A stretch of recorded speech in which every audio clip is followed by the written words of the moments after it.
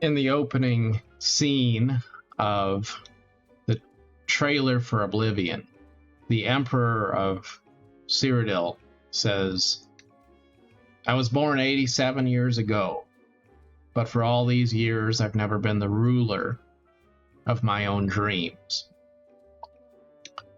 He says, "These are the closing days of the third era and the final hours of my life." And that is perhaps one of the most memorable lines in gaming, certainly in the Elder Scrolls. And it got me thinking about what we would do if we only had a few hours left to live. According to an expert that was making a TED Talk that I was listening to, most people, when they're asked that question, have said that if they had just one day left to live, they would make amends, they'd forgive others, and they would spend time with the people that they love. And if people thought that they had a year to live, they would prioritize experiences that they might otherwise have procrastinated about. And they would live their life with more of a sense of urgency. Certainly those are good pieces of advice for us to employ every single day. Every day, make sure that you don't let the sun set on your anger. Forgive all outstanding debts.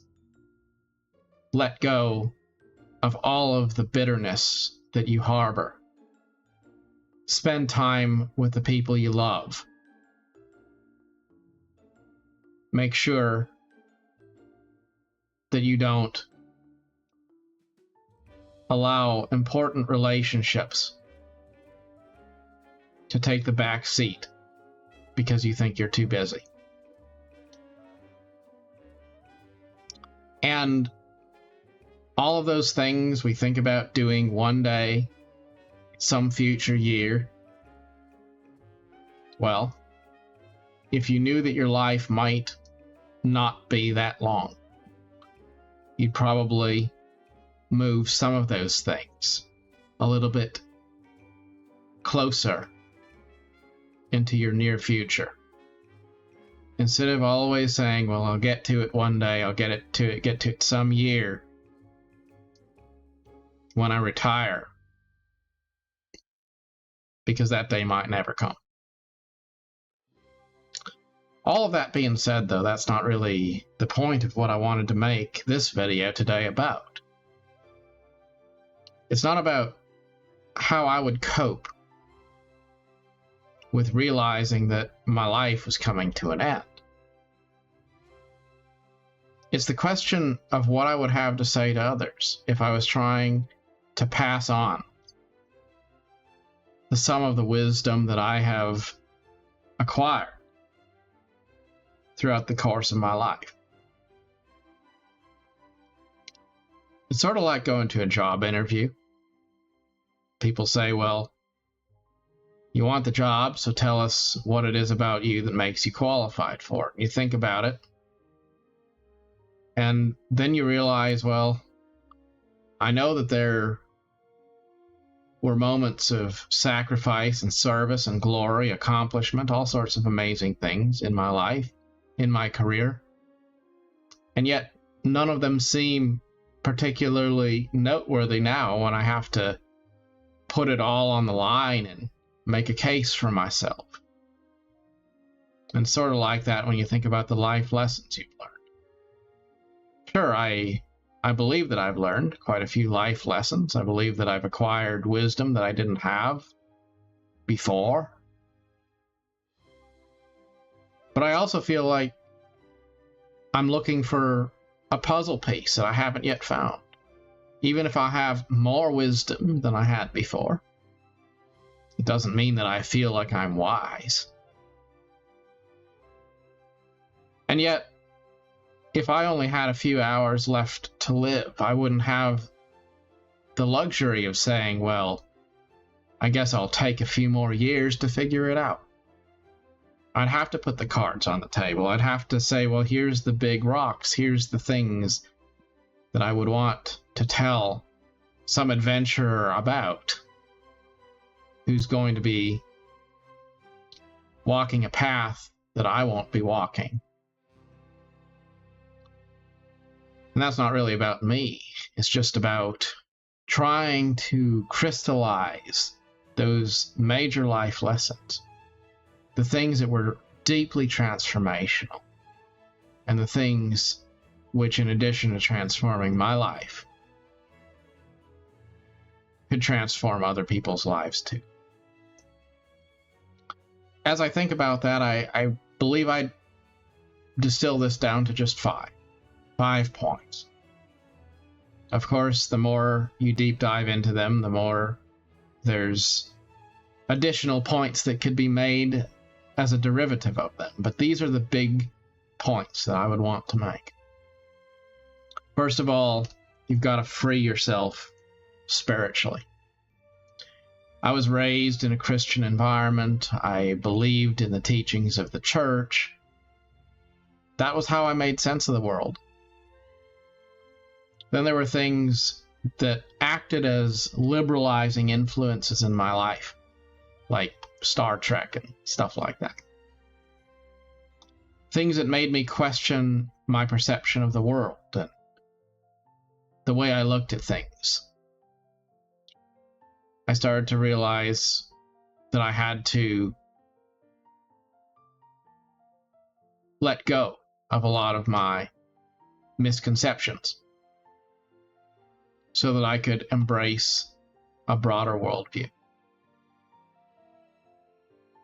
And that isn't a particularly easy thing to do, because it forces you to say, all of the comfortable things that I've hanged on to before, all the things that made me think that I knew what life was about, those things I have to let go of in favor of acknowledging that I don't know. Saying I don't know is a frightening thing. It's frightening because you have to acknowledge that all of the progress that you thought you'd made was kind of for nothing. And yet sometimes you have to start over. You have to start with a clean, fresh slate and say, I don't have all the answers. I don't know. And most people in their lives would rather have a comforting lie than to face that terrifying notion that they don't know. So letting go of preconceptions, letting go of dogmas, and allowing yourself to be a blank slate to say, I don't know. That's one of the most important steps you can take in life. Because until you let go of things enough to know how much ignorance you have, to walk that lonely path where you don't have any other people to look at as advisors, where you don't elevate anyone to some really high level as a hero, and you just face life openly, well, that's a very hard thing to do, but it's very important. Number 2, I would say you've got to free yourself physically from things which can be manipulative forces and people in your life. It can be a family member that has an agenda for what they want you to do. It can be an employer who never wants you to consider doing something else. Or friends who don't ever want you to break out of the bad habit patterns that they peer pressure you into continuing. Just as people want to try to force you to believe things that align with their worldview, they also try to create levers of control, which will put you in a position where you're going to be living someone else's life.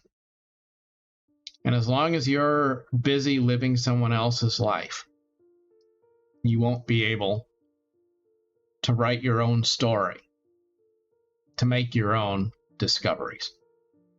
It's kind of like playing a RPG online with other people. Maybe you would want to go off and do some quests or some crafting or something like that. You don't do it because you're in a party and you had to do whatever your guildies wanted to do that evening. Well, it's not really your experience anymore because you're allowing others to define it. You're never going to be able to find the answers and the fulfillment you're looking for if you are living someone else's life, or if you're believing someone else's perception of truth. You've got to be willing and able to walk away from ideas and have an open, blank slate there so that you can think for yourself. And you've got to be willing to walk away from relationships so that you can have a blank slate in your life and choose your own actions. Freedom of inquiry and freedom of volition are two very important things. And especially when people are younger, it's very easy to sacrifice those things.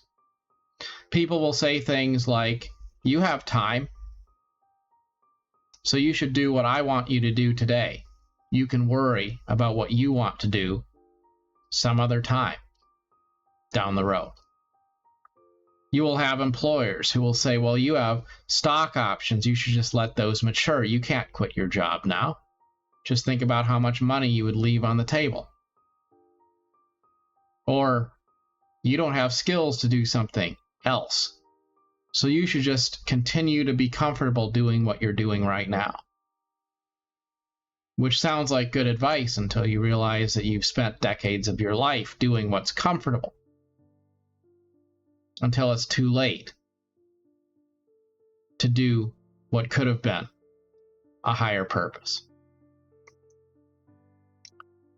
Number 3, free yourself from your own feelings.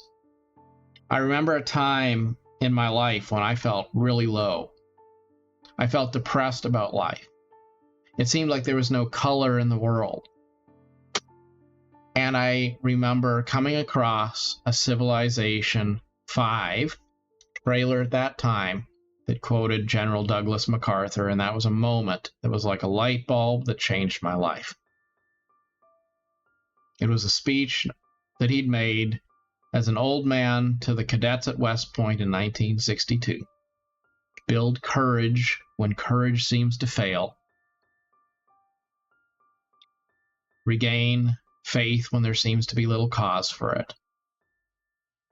Create hope when hope becomes forlorn. And in that moment, I realized a truth. That sometimes in life we don't feel anything. We don't feel joy. We don't feel purpose. We don't feel or sense any path ahead. All things feel meaningless and empty. In those moments, you do not need the clouds to part, the voice of God to come through, and a rainbow to appear, and happy feelings to come find you. You can have courage by acting courageous when you do not feel anything. You can have faith by being faithful to the commitments you've made and the plans you've made, even when you don't feel any sense of spiritual gratification. You can have hope by doing things that create hope for others, even when you do not feel hope yourself. The things that really matter in life, the things that lead to wonderful dividends potentially, they are action things, not feeling things. So, just as it's important to be in control of your actions and to be in control of your freedom to think for yourself, it is also important that you be free from the shackles of your own emotions, to know that you do not have to define how you act on a basis of how you feel. Once you know that, then you will still feel bad sometimes. You will still feel depressed sometimes. But you'll get past that feeling that you can't make it through anyway. And then you'll start having that grit to be able to say, all right, right now life feels like it sucks. So what? I don't give a damn. I'm gonna pour another cup of coffee and I'm gonna have a good day anyway. And that will be a very important step in your life to understand that you can have a good life without feeling good all the time. Number 4, free yourself from the relentless pursuit of progress. And if you want to know more about what I'm talking about, think about Stoicism and Taoism. Those things are pretty close to my heart. Because in life we are pressured to keep on progressing, to keep on leveling up, to keep on grinding for one day. But while we're chasing those pots of gold which may not exist, we miss the point that every day, today, is what makes up your life. A lot of todays. Understanding that you do not have a benchmark that you are supposed to be meeting in order to have a good life. There is not a career goal you are supposed to achieve so that you can finally say that you've made it. There is not a level of influence that you are supposed to attain so that you can say that you were good enough. Understanding that progress is not the primary purpose of life, and instead knowing that experience is the purpose of life. To stop chasing things, to stop trying to measure up to the expectations of others, and instead to focus on listening to your own inner voice, your own sense of what is good for you and what is not. To understand that all the things that people say you need, they aren't of any value at all. That can give you a lot of time back. That really is what that point really is all about. It's time. You need to be free to think. You need to be free to act. You need to be a master of yourself. And you also need to free your time. Because if you're always thinking that your time has to be spent in a very specific way, you will never be able to have time to ask the deep questions that actually could help you find life's supreme meaning, or at least get you closer to it. And that leads me to point number 5. Be a lover of the arts. What is it that we are here to do? If we are here to think and act, to master ourselves, to free up our time so that we can engage in meaningful pursuits, then what are those pursuits? I would say it is pursuit of the arts. It's been said that art is that which is not anything else. But I would say art is an imperfect picture of that which is perfect. It is our approximation of perfection. It isn't perfection itself, but it is something which helps us to see a reflection of the face of God. If we were 3-dimensional beings living in a 4 or 5-dimensional universe, maybe we couldn't comprehend the true nature of our existence.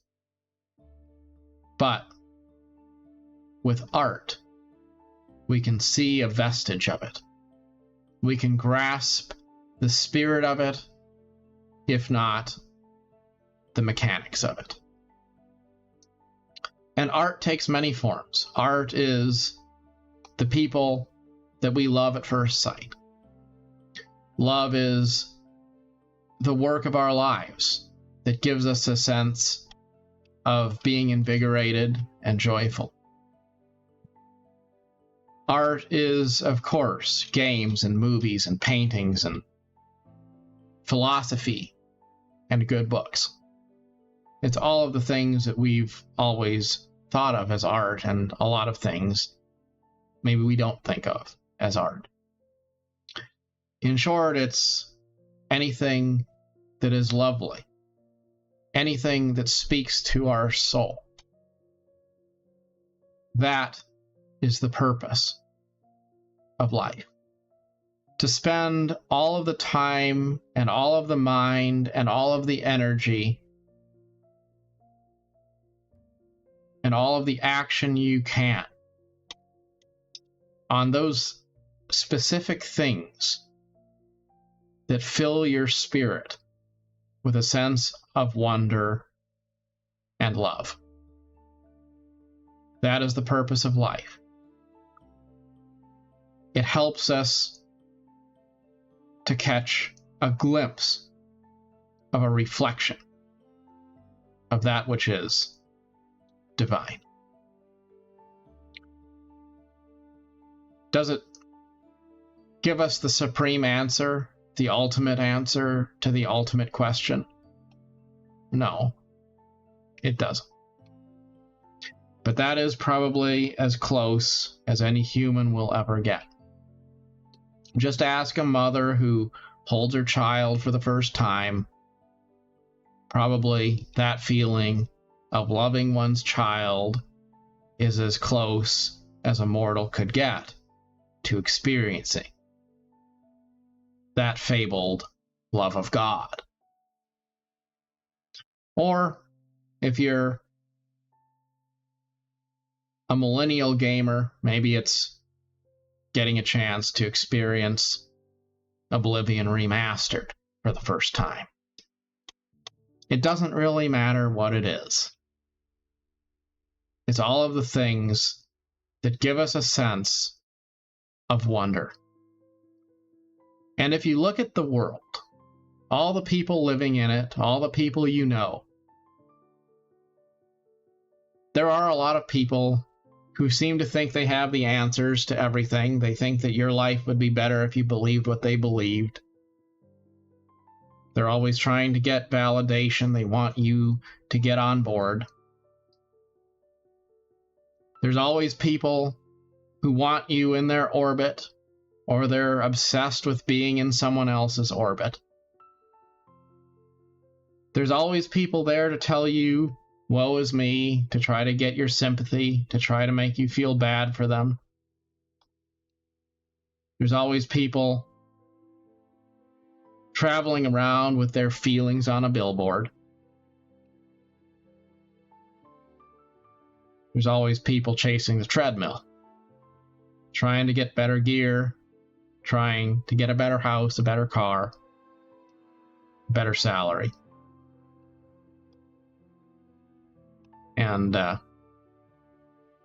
there's a lot of people who are so busy with a lot of personal demons and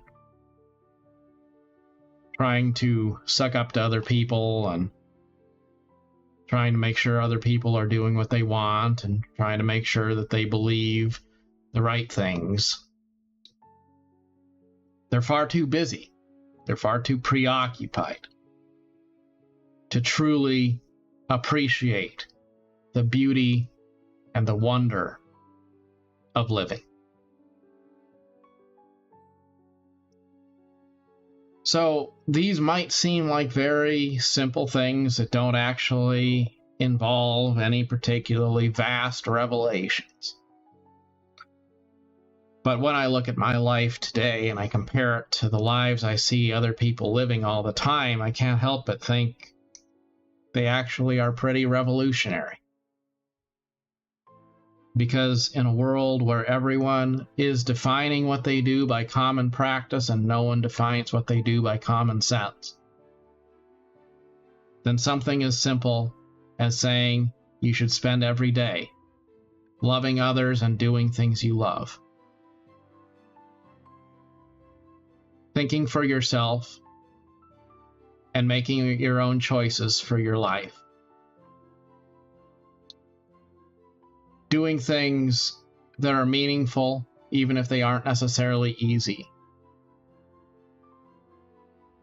and being content with your current station in life. Those things are enough.